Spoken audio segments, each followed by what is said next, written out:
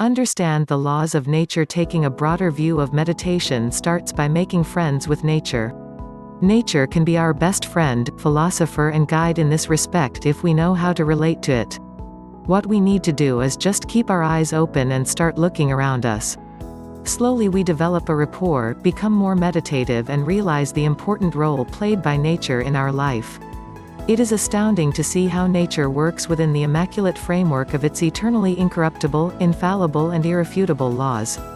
They govern our individual existence and everything that surrounds us. By learning from these laws and respecting them, we begin to realize how much they have to offer to us. The secrets of nature are revealed to us, provided we cooperate with its laws.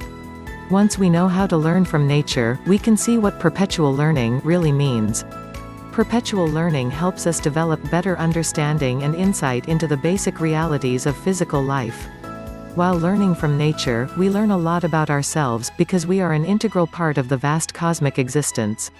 Meditation helps us appreciate this truth. By being in close proximity to nature, we slowly learn how to become more open. This openness, coupled with our efforts in the appropriate direction, brings a great deal of qualitative improvement in our daily practice of meditation. Interdependence. It seems that the operation of the universe is governed by intelligent design. It works in accordance with the law of interdependence. Every single part of existence is so designed that it will be of some help to another part, and the part that receives such help will reciprocate it whenever its turn comes. For this model to work smoothly, the creatures that help each other also depend on each other for that help. For example, plants give out oxygen, which they do not need for their own survival, and in return they take in carbon dioxide, which they do need. The plants get rid of something non-essential to them, but it is vital for human survival. Similarly, human beings give out carbon dioxide, which they don't need for their survival, but it is essential for plants. The fascinating underlying reality is that it is easier to part with something that one doesn't want than with something one badly wants. Stale vegetables, spoiled food, fecal excreta, etc. are harmful waste products that are of no use to humans. What is harmful, poisonous and life-threatening to humans is highly nutritious, life-giving, precious food for the plants. The secret behind this wonderful design is that plants and human beings help each other survive and grow in such a manner that helping each other is not a big burden on them. Similarly, a meditator should realize that receiving help from others and giving help to others is a built-in characteristic of nature. Therefore, she need not feel shy of receiving help from others, nor should they feel proud when they offer help to others. After regular practice of meditation, one begins to know oneself better. Usually, after knowing himself, a meditator wants to share his knowledge of meditation with others. While sharing, he should never let his ego get too inflated. As a matter of fact, there is no reason to feel egoistic about the sharing, because one who shares also benefits from such sharing. Through this sharing, space is created within oneself, which gets filled with fresh knowledge. Moreover, one can share only what is already known through personal experience. What one already knows about meditation is in a way no longer useful to oneself. Naturally, what one shares with others is something that one doesn't need for oneself anymore, so what we are doing is in line with the law of nature. If you part with something that is not useful to you, there is no reason why you should feel proud about it. Pride of any kind can damage the quality of our meditation practice. So, being of help to each other is a law of nature. It is wiser not to fight against this law, but to willingly cooperate with it. It is therefore in our best interest to develop a genuinely helpful attitude towards other people and other creatures. Independence and interdependence. It is fascinating to see the harmonious coexistence of the law of independence and the law of interdependence. Apparently they are poles apart, but still they complement each other. Every creature has a free will through the law of independence to make its own choices, but, while doing so, it has to stay within the confines of the law of interdependence. Interestingly, on the one hand, two opposites like independence and interdependence work together in harmony with each other, and on the other hand they work against each other. Yet there is a subtle balance between the two. The law of interdependence applies to all creatures and living beings alike, from a tiny worm crawling under our feet, to the carefully grown shrubs in a garden, to the trees in a forest. It is applicable to everything, wild and domesticated. By looking at the great symbiosis of independence and interdependence, we can learn an important lesson. It is true that we can protect and preserve our individual independence of choice, but while doing so we have to appreciate that other people are also doing the same thing and we need to respect their independence too. Man's menacing greed. Although interdependence is an inevitable law of nature, it seems that we human beings are willing neither to accept nor respect it. We have become so greedy, so selfish, that we treat Mother Nature as our own personal property. We go on finding new ways and means to exploit her all the time. We covet everything that is produced in nature. Our greed is boundless. We are not satisfied with all the land that is available to us. We keep excavating everything that is underground. We want to extract all the petroleum from underground reservoirs. We also want to excavate all the minerals, inorganic material, and metals. From the oceans we take out fish, lobsters, pearls, whatever we can lay our hands on. We are unconcerned about the fast denudation of the rich forests. We want to strip everything from the trees. We want their flowers, fruits, leaves and trunks, as well as their roots. We want to suck the animals dry without leaving any milk for their offspring, for whom it is really produced. We want to eat their eggs and flesh. We strip off their skin, extract their teeth, and use their bones and fur. Our greed is growing day by day in exponential proportions. It seems that we have completely lost our sense of balance and our thoughts and actions have lost their way. We are only concerned about the welfare of humans, to the detriment of the welfare and survival of the rest of the world and its creatures. We are doing this with complete disregard to the fundamental law of interdependence. We are taking everything from nature, but not giving anything back. We conveniently forget that, just as we need different things from nature, nature needs certain things from us in return. We are supposed to take proper care of nature and ensure its welfare too. Being greedy is truly dangerous for us. It is like digging our own graves ready for a premature death. Greed tends to perpetuate through overindulgence. Overindulgence depletes precious life energy from us and leaves us impoverished in the end. As a result, we become slaves to our senses. Through such self-induced slavery, we exploit ourselves and suffer. The best way to care for nature is to keep our needs and desires within reasonable limits. First of all, we have to decide what is truly reasonable and what is not so reasonable. It must, however, be an honest search to discern the faint line of demarcation between need and greed. It is quite possible that what appears reasonable to us may appear quite unreasonable to others and vice versa. But such things are bound to happen. As long as we are true and honest to ourselves, it hardly matters whether other people approve of our choice or not. A meditator should always be aware of the compassionate providence of nature. If we could nurture a sincere feeling of gratitude towards nature, it would go a very long way to help us in being successful in meditation. Create a chain of cooperation. The genius of the Creator has masterminded the smooth running of His creation. One of the operating principles is an intelligent interlocking of the individual and collective interests and well-being of all creatures and objects. If one person starts losing balance, everybody else starts losing balance too. Nobody likes to fall. Naturally, everybody comes forward to offer support to the one who is falling, so as to avoid the mishap. In fact, what one does in such situations is to help oneself under the guise of helping others. The Creator knows that if there is a very strong survival instinct in the minds of human beings, they will protect themselves whenever there is a threat to their lives. Moreover, if the one whose life is in danger knows that by helping others he is going to protect himself from the possible threat to his life, he is bound to go out of his way to protect others. That is how the whole of creation with all its creatures survives.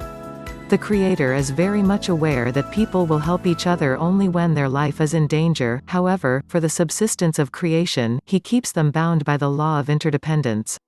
If they have to help each other for their own survival, they will have no choice but to give such help. Many politicians from India probably learn their shrewdness from the Creator. They form a chain of political friends from different parts of the country. Those who are part of this chain add new shackles to keep it alive and growing.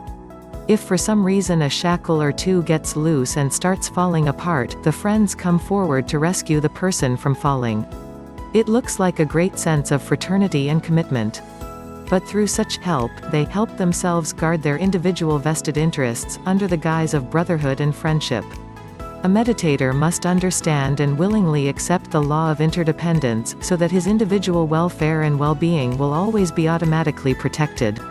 He has to create a chain of cooperation with fellow practitioners of meditation through such acceptance. Unfortunately, we human beings do not willingly accept the fact that all things that have been created, whether living or non-living, animate or inanimate, need each other.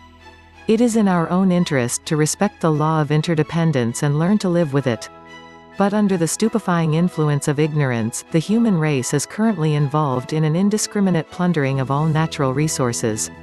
In the process, the genuine needs of those essential parts of the creation are completely overlooked or ignored.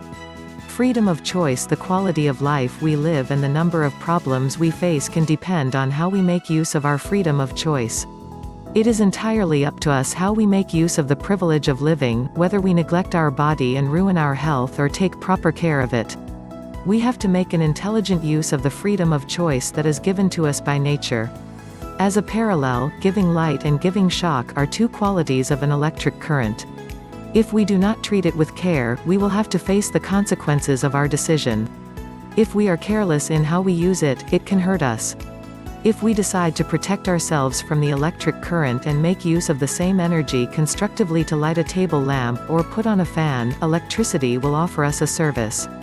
The laws of nature are incorruptible. The laws of nature are absolutely flawless. We can never change them. If we offer a monetary bribe to a deity whom we worship every day and who represents these laws, or if we religiously visit a temple, mosque or church, doesn't mean that the laws will change. Similarly, if a rich man offers all his wealth to the Lord, it does not mean that he will be saved from the incurable disease he is suffering. In the same way, if a poor person is not in a position to offer anything to the Lord, it doesn't mean that he is going to die a premature death. The supreme intelligence of the all-pervasive life principle, or nature or God or what you will, is far beyond all such corruption. It is beyond our limited power of comprehension. Any attempt at bribery is a sure sign of ignorance.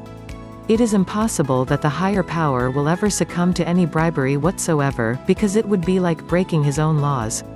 He knows that it would create chaos in his creation, and he would never do that. Of course, there is nothing wrong in seeking temporary psychological support and solace through prayers, particularly when we are in distress and turmoil. But it is unwise to depend entirely on such help. Prayer can never be a substitute for our own well-directed sincere efforts to overcome our problems. Our prayer must go hand in hand with our efforts. Nature's role in a business. I think the greatest businessman is the one who has created this universe. He is eternally busy producing infinite variety and number of the most beautiful products that are parts of his creation. The most astonishing thing about this businessman is the unbelievable level of perfection he has achieved in spite of the continuous and never-ending production line. He maintains complete harmony, incredible smoothness and flawless accuracy in all the products of his creation. Incidental minor aberrations in those products are more due to individual mistakes than mistakes committed by him. We can learn a lot from this businessman and profit from this understanding by applying those principles to our own business. I know one person who has been doing this. He loves nature. He loves trekking, hiking, mountaineering and skiing. He is a successful businessman. He often says that he has learned a lot by regularly going on nature trails. He also says that he has learned more from nature's classroom than the human one. I often wonder how he finds the time to pursue such exhausting hobbies. He explains that he gets instantly refreshed by being in close proximity to nature. Being in tune with nature has been more rewarding to him than anything else in his life. He has absorbed patience, planning and law abidance from Mother Nature. Looking at the successful business he is running, it is quite obvious that he knows what he is talking about. Like this businessman, to be successful in our meditation practice, we have to closely observe nature and learn from it. We have to start by looking at ourselves to find out what is our nature, before we start observing the nature that surrounds us. Once we are clear about our natural propensities and inclinations, we can start exploring the available techniques of meditation to select one or more that appear suitable to our nature. Then, we can start practicing them one by one, to see which one has the best practical application and utility in our day-to-day living. Thereafter, we can focus our attention on the best one, improving its quality and keep refining and perfecting it. After achieving an adequate degree of proficiency in meditation, we have to continue doing it further, to develop a total understanding about its relevance in modern living. Once we reach such understanding, we can start sharing with others what we really know and personally experience. Constant vigilance about quality will still be necessary. Staying in touch with others who have learned meditation from us is a great joy. It keeps our motivation and interest alive, it inspires others to practice meditation further. We have to evolve an accurate method to assess the level of perfection we have reached in meditation and try to adhere to it, while doing self-appraisal and appraisal of others. Personal whims and idiosyncrasies have no place in meditation. Such matters can influence our unbiased self-assessment and judgment. We have to be practical and realistic in this regard. A serene atmosphere in the proximity of nature and keeping the company of like-minded people is essential for spiritual growth through meditation. False praise and appeasement of the ego are detrimental to this purpose. We have to observe quality while learning meditation for ourselves and subsequently when we pass it on to others. Thus, we do not bring a bad reputation to the art and science of meditation. Being quality conscious in meditation means being focused on doing it properly and not being worried about the results. The results will follow, if we are doing it right. Quality also means being clear in theory and practice. Quality depends on how we do it, not what we do. If we understand the philosophy and are in the right frame of mind while doing it, quality comes naturally. India has come a long way over millennia in the field of yoga and meditation. Over the past several thousand years, the spiritual masters from India have perfected many techniques of meditation. They have been very generous in making those techniques available to the world at large. These time-tested techniques are being used by millions of people from all over the world. Interestingly, meditation is more of an internal state, which is not readily visible at the physical level, apart from certain minor physical actions we perform during its practice. Apart from the techniques of meditation, India has produced great spiritual masters such as Bhagwan Vyasa, Patanjali, Bhagwan Buddha, Mahavir, Ramana Maharshi, J. Krishnamurti, Vivekananda, Yogi Aurobindo, to name a few. In this sense, India is the spiritual leader of the world. It will therefore be wise on our part to confirm that the meditation technique we intend to learn and follow has an authentic Indian connection to it. When I say Indian connection, I do not mean that whatever is labeled Indian is necessarily authentic and good. We have to verify and confirm it. The important thing is to understand the basics with true clarity and not be gullible or mechanical about it.